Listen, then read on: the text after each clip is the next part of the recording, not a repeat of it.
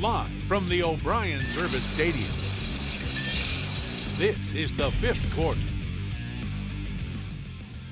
This is the fifth quarter, and I'm John Rendelman. And for the first time in the fifth quarter studio, it is Larry Brock, the head football coach of the North Brunswick Scorpions. Coach, I have one question that we need to get out of the way.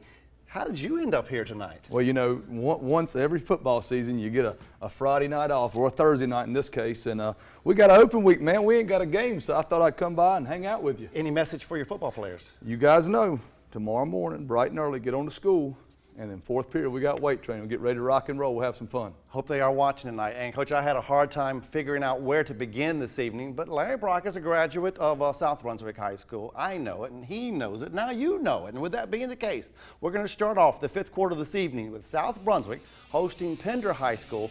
And on the very first play from scrimmage, Coach, we have a busted play that works to perfection for those Pender Patriots. Yeah, I was up in the stands watching this. I just sat down, and I look up, and here goes. Look at Hooper picks it up, and he goes all the way down the sideline. First play from scrimmage, scores right there, comes out, and they jump on top. That cat's fast, man. Look at him.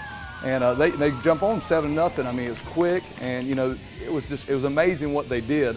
And so when we look at Josh Carter right there, and Josh, a big-time player. He got loose a few times tonight, but overall the Patriots did a good job keeping Carter out of the end zone. Now we check out late first quarter action from Boiling Spring Lakes. It's Justin Hooper again. They go a little tall sweep right there. He goes around the edge. They're trying to hold on to him. He's strong, and he's in the end zone right there, and they score again.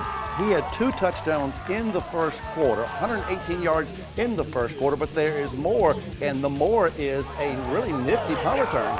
Yeah, look at this. He's down the sideline right there. Nobody's going to catch him. And they jump up 20-6 right there, or 20-0. They go up quick. They go up into halftime. I was there, and I watched the quarterback go in right before he scores with time running out, and they go up 20-6 at halftime. Final score in this one is 34-12. Let's be honest, this is an upset. Congratulations to those Pender Patriots. And I didn't see this one coming, Coach. You didn't see this one coming. How did Pender beat South Brunswick tonight? Well, you know, I know Coach Vi, and Coach Vi's a good guy, and he's a good coach. He's done a great job. He's got a good play with Jamil Hooper there. And listen, they just came out and executed, and they jumped on them early. And listen, momentum went in their way, and they just kept it on them. Yesterday, we presented the Laney Buccaneer football team with our Team of the Week award. 24 hours later, the Buccaneers get to host Lee County in Bucktown. That is where we're heading now, Coach, and the visitors from Lee County get off to a good start. Yeah, look at him rolling out here on the bootleg. Looks like he pulls it down, takes it to the sideline. You know, Lee County's, I coached against Lee County, Coach Burton Cates for a few years there when I lived up in Harnett County. And they come out, looks like they're rolling tonight, but looks like they had some issues. The issues for Laney were Jameer Smith. Jameer Smith had 2 touchdowns in the first half for the Yellow Jackets. As it turns out, it was a 16-0 game at the half. They only played one half of football tonight in this showdown. At the time the game was suspended, the closest Lightning was 38 miles away. They suspended it. And they will finish this game on Monday at 5 o'clock in Bucktown with the Yellow Jackets of Lee County holding a 16-0 lead against Laney. 38 miles away, kind of a head scratcher on this one. All right, let's now head to Havelock High School. That is where New Hanover had to play tonight. And both of these teams, Coach, have the potential to go deep in the state playoffs about 2.5 months from now. But they need to turn the lights on. Yeah, we need to call Coach Jim Bob Bryant and see if we can get some lights on down there. But you know what? Havelock's got great tradition. And he's a great coach. They've won back-to-back state championships just a few years ago. They're talented, and you can see New Hanover's talented as well. But Havelock, you know, they got a strong program. They do things right up there, and hats off to them. Havelock wins in the dark, 37-7 over New Hanover. The 3-game road trip for New Hanover does not get any easier. The Wildcats have to travel to Scotland County next week. All right, our next stop is Ashley High School. It's going to be undefeated Ashley versus the Golden Tornadoes from Fairmont. Ashley took an early lead with the first quarter touchdown, and they got another one right there from Bradley Plyler, Coach. Yeah, he's good, man. Plyler's running hard. I watched some interviews that he's done. Looks like a good kid running hard up the middle, and those guys are blocking for him up front. Freddie Thomas, he knows what to do with the football. I think this is going to be a 33-yarder for the Screaming Eagles. Yeah, you see Fairmont there. Fairmont had a great year last year. They made it to the 3rd or 4th round of playoffs. Coach Mark Kyle leading the way. And, you know, listen, that's a 2A school, and there's small numbers playing against Ashley, but Ashley's looking good, man. They're playing good. Your North Brunswick team plays Ashley in a few weeks. We do. We play them in 2 or 3 weeks, and they look at them. They're going to be tough to beat. They're good. All right, final score is, what is it for Ashley? That is 34-12. Screaming Eagles remain undefeated. Our next stop will be in the southern part of Onslow County. It's the Dixon Bulldogs hosting the Topsail Pirates in a non-conference showdown. Topsail had a 21-18 lead at the half. They had a lightning delay for about an hour. 36-24 turns out to be your final score in this one. Topsail is the winner over Dixon. The Pirates improved to 2-1, and people having a little bit of fun during the lightning delay up in Onslow County. And we don't like to hear lightning in regard to fifth quarters. I guess a lot of the officials played it on the safe side tonight. Regardless, we did get most of these games in. All right, in a way, we are just getting started on tonight's fifth quarter. We'll head to Columbus County very soon. We're going to head to Duplin County as well, and Horry County next as the fifth quarter rolls on.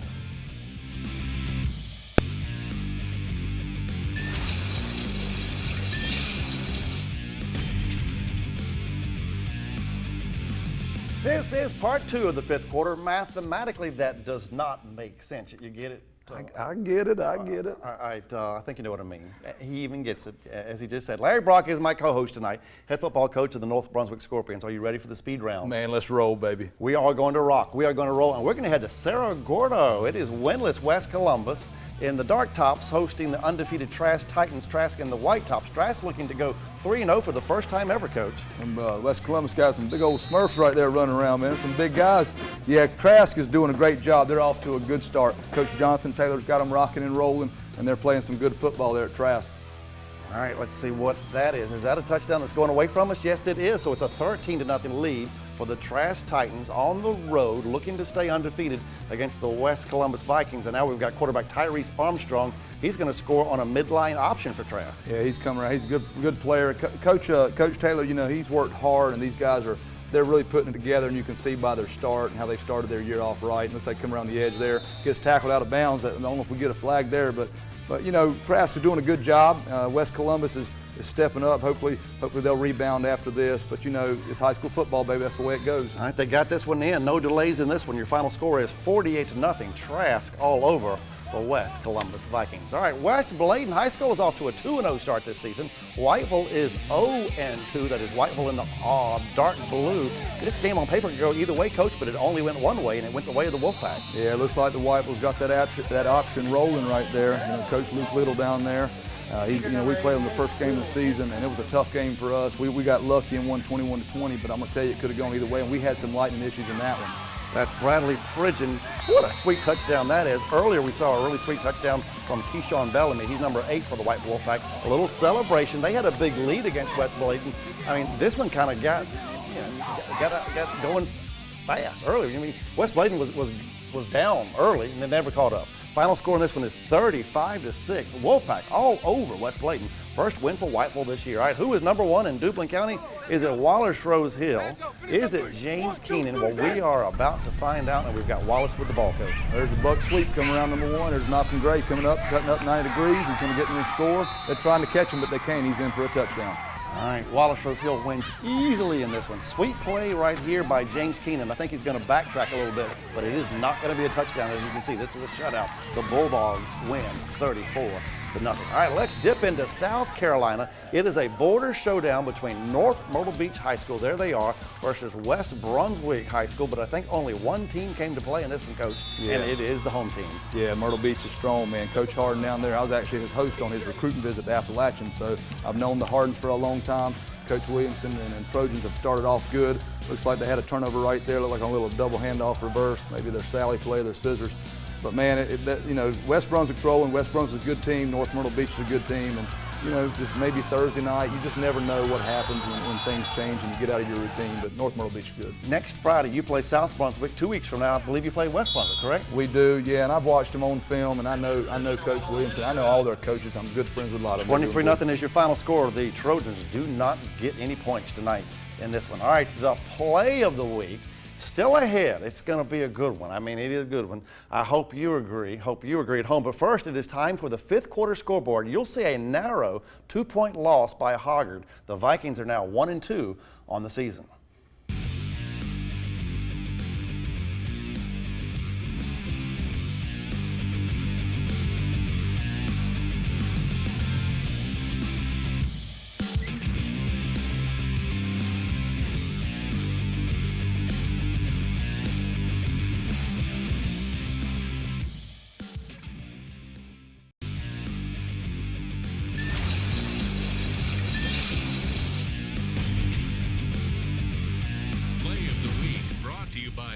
Perry's Emporium.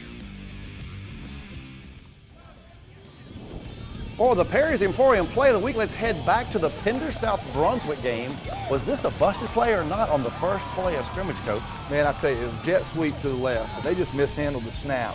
It actually timed up perfectly, and that cat picked it up, and he's rolling, man. Watch it. It's jet sweep left. That's all it is. We call that 69 jet left. Our boys know, they know what that play is because we run it all the time. It just happened to time up. Luckily, he picked it up, man. Look at him. He is a fast guy. Justin Hooper, 59-yard touchdown run for Pender. Pender wins for the first time this season, a 34-12 victory over South Brunswick. All right, let's talk about your North Brunswick Scorpion football team. Currently, you are 1-1 on the season. You lost on the road by 4 points. You won at home against Whiteville by 1 point. And now you've got 4 more non-conference games before the conference schedule starts. Yeah, you know, after the Socastee loss, we watched the film. We had to make some changes in some personnel and get some guys playing both ways a little bit more, actually add some depth. We try to 2-platoon as much as possible to get some kids, you know, that way they can rest, especially our big guys. But, you know, we worked hard. We've had a great week of practice. So I'm looking forward to it. Playing South Brunswick next week, then West Brunswick, then you play the Hickory Hawks, which Hickory Hawks have never been on the 5th quarter before. They're going to be. They're going to wear camo jerseys. You're going to wear camo jerseys. We got jerseys. camouflage jerseys, man. We're going to have a National Guard night. And then you get to play Ashley, but before you start conference play, you guys only have 5 conference games. Why is that? Well, listen, talk to the state of North Carolina. They're the ones that make all these things up. I ain't going to argue with them because they'll just send me a fine or something. But, you know, listen, that's what the hand we were dealt. We were in a 16 conference, so we got 5 games. We got to fill all these other games and try to find people that'll play us. It's tough. I had a football official text me earlier. He said, John, you have to suspend the game if the referee sees lightning. They did that at Laney High School. They saw the lightning, but our meteorologist, Scott Dean, said the lightning was 38 miles away.